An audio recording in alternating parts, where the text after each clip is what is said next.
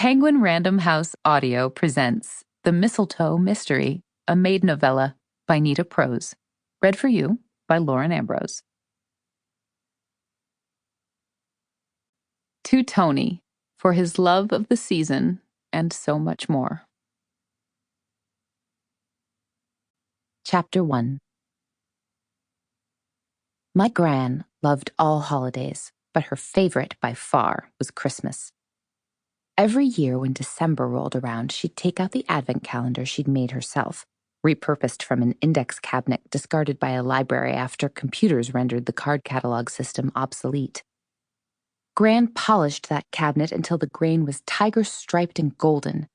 On each one of the 25 tiny drawers, she hand-painted a date in December, and below each number she added a Christmas-themed flourish, a snowflake for December 3rd, a Santa hat for December 12th, and for Christmas Day, the three magi, heads bowed, each wise man cradling a glorious gift in his palms. When I was a child and well beyond, Gran would fill each of those 25 drawers with a wondrous treasure she'd scavenged for all year long and had saved just for me. A soft pink seashell, a cherry chocolate wrapped in red foil, a miniature silver spoon.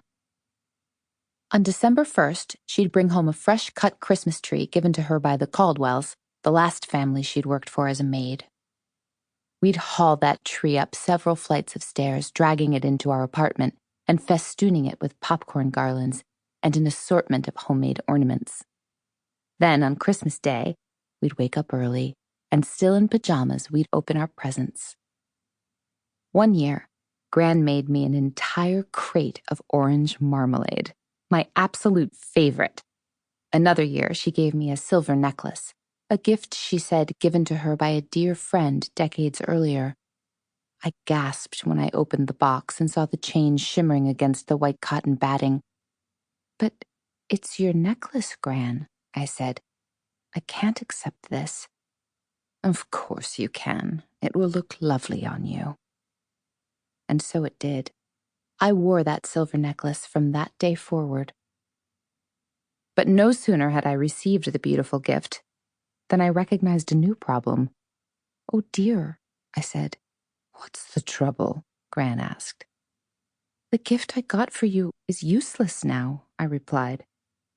I picked up the parcel I'd wrapped for Gran in brown paper and topped with a red satin bow. My gift to her was a heart-shaped jewelry box I'd thrifted from a nearby store. Pure brass, it was filthy and tarnished when I bought it, which is why I got it for next to nothing. I polished and buffed that heart until it gleamed and glowed. "Oh, Molly," Gran said when she opened it. "It's a beautiful jewelry box." "Beautiful, but useless," I said. "You have nothing to put in it now." We both knew that the only jewelry Gran possessed was the necklace she'd just given to me. "No matter. I shall treasure this gift always." She placed that heart-shaped box on her bedside table, where it remains to this day. Each year when the holiday season rolls around, I find myself taking stock of my life and ruminating about Christmases past. Gran died several years ago, and yet here I am, remembering her fondly at this special time of year. After Gran died, I thought I'd never know joy again, that I'd spend the rest of my existence living like a mushroom in the dark. But it is not so. I live with my beloved boyfriend, Juan Manuel, who reminds me how to shine.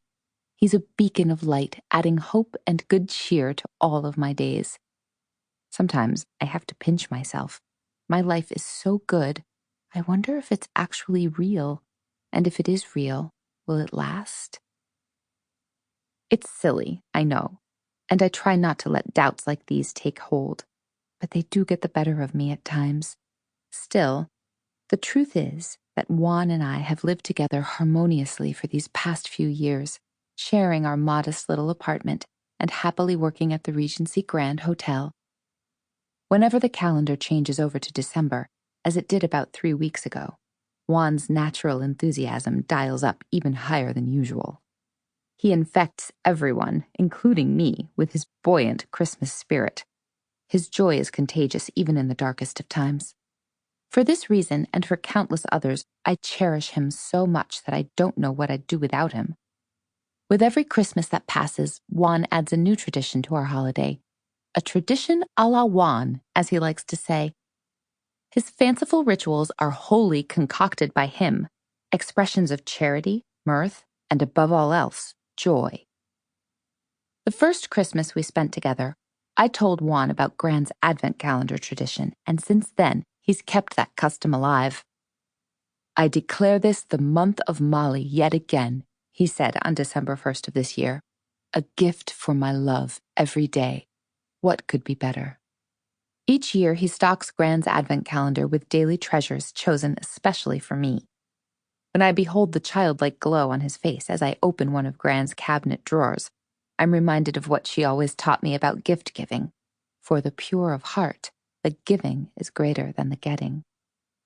On our second Christmas together, Juan and I added cookies to our seasonal ritual, baking together in our tight and tidy kitchen, decorating each cookie with sugar icing, though Juan's creations always come out prettier than mine.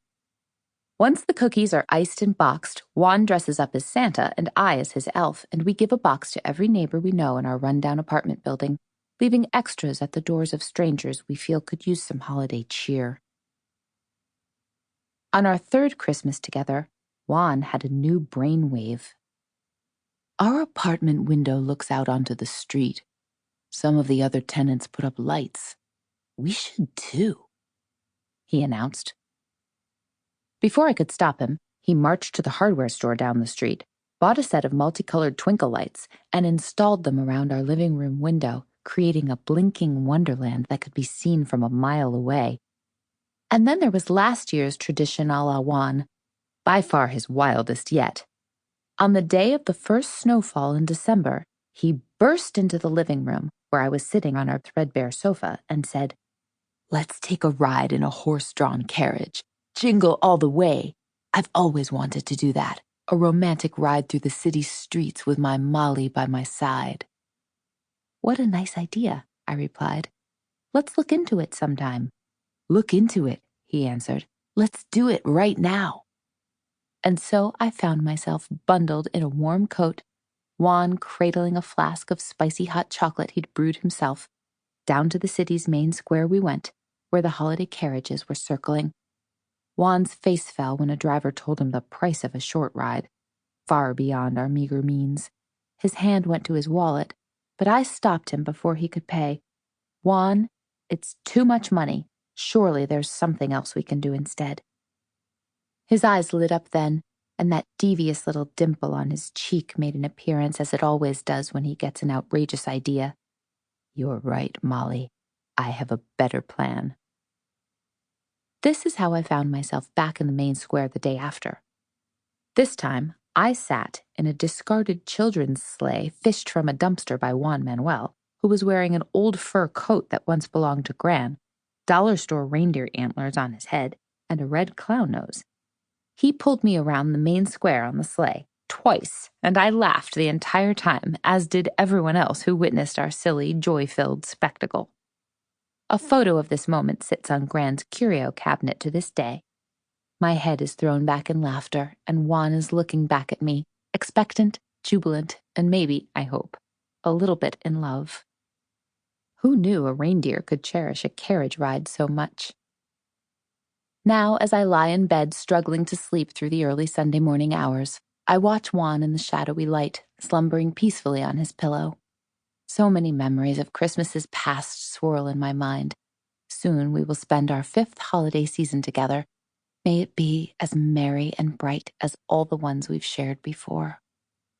Juan's face is soft and so dreamy sweet. Even though it's nearly 8 o'clock, I won't wake him, not yet. He deserves a good lie-in. He's been so tired lately. That man of mine never stops. He's always seeing to some chore or another, making sure everyone's okay, taking care of friends, family, colleagues, guests at the hotel, and me. Yesterday, we worked a long day at the Regency Grand, me toiling in guest rooms as head maid, and Juan doing double duty in the downstairs kitchen. He was promoted to head of pastry a couple of years ago. This means that during the holidays, he's in charge of many more preparations. all of them above and beyond his regular responsibility. Sample complete. Ready to continue?